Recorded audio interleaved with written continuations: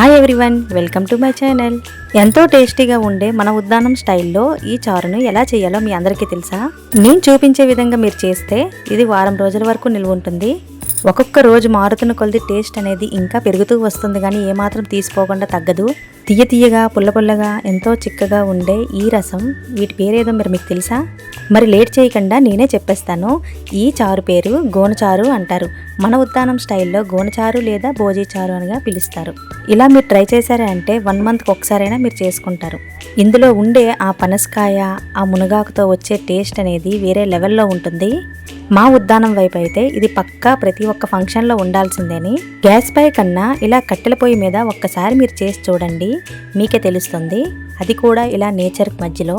ఇలా చారు అనేది మరిగిన తర్వాత ఆ తర్వాత పోపు వేస్తే ఉంటుందండి, ఆ స్మెల్ అనేది 10 ఇళ్ళకి వెళ్తుంది. మరి మీలో ఎంతమందికి గోనచారు అంటే తెలుసో నాకు కామెంట్ సెక్షన్లో కామెంట్ చేయండి మర్చిపోకుండా. ఒకవేళ ఎప్పుడూ చెయ్యని వాళ్ళు ఉంటే నేను కింద ఫుల్ వీడియో లింక్ ఇచ్చాను, అది మీరు ఓపెన్ చేసి చూడండి. మరి ఇంతవరకు ఈ వీడియో చూశారు కదా, మరి ఈ వీడియో చూసినందుకు ఒక లైక్ కొట్టండి. మరెన్నో మంచి వీడియోస్తో మీ ముందుకు వస్తాను. బాయ్, నెక్స్ట్ వీడియోలో మళ్ళీ కలుద్దాం.